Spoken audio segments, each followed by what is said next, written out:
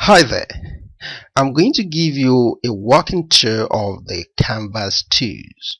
I'm going to go ahead and click play here. So the canvas is active. This is the canvas up here. The canvas is basically your movie screen, but it's kind of a magical interface movie screen.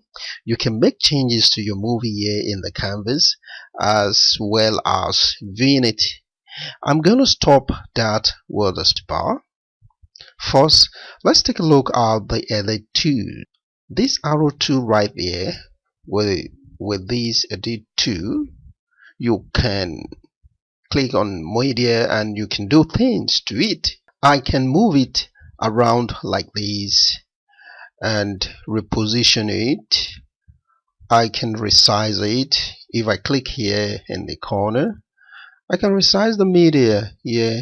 You get a proportional scaling. If you for some reason want to change things, you can drag on the top or the bottom, make it look a little wonky. Sometimes that is exactly what you need. Now, if at any point I'm working with any media and I need to rotate, I go here in the middle and mouse over the middle. I will get a green dot in the circle arrow there and I can rotate my items. Another canvas tool, the pan tool. Click on it and the pan mode allows you to drag the canvas around for a better view. Meanwhile, editing the canvas is disabled this time, so the media retains original position and size while panning.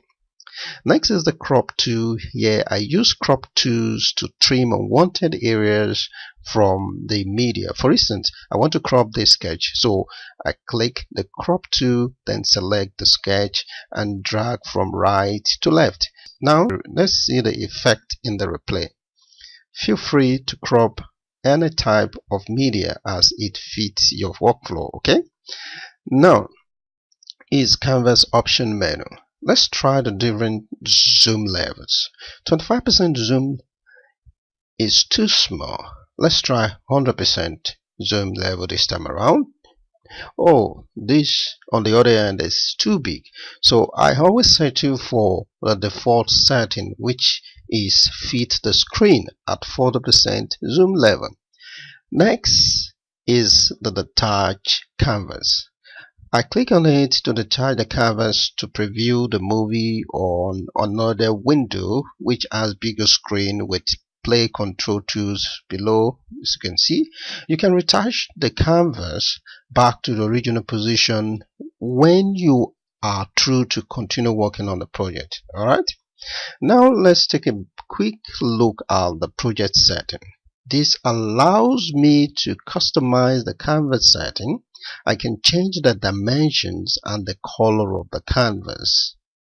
Mostly I use the default setting as it is here, but you can always make changes according to your own workflow. Well, that's what's available on the canvas too. Thanks for watching and see you in the next video. Bye now.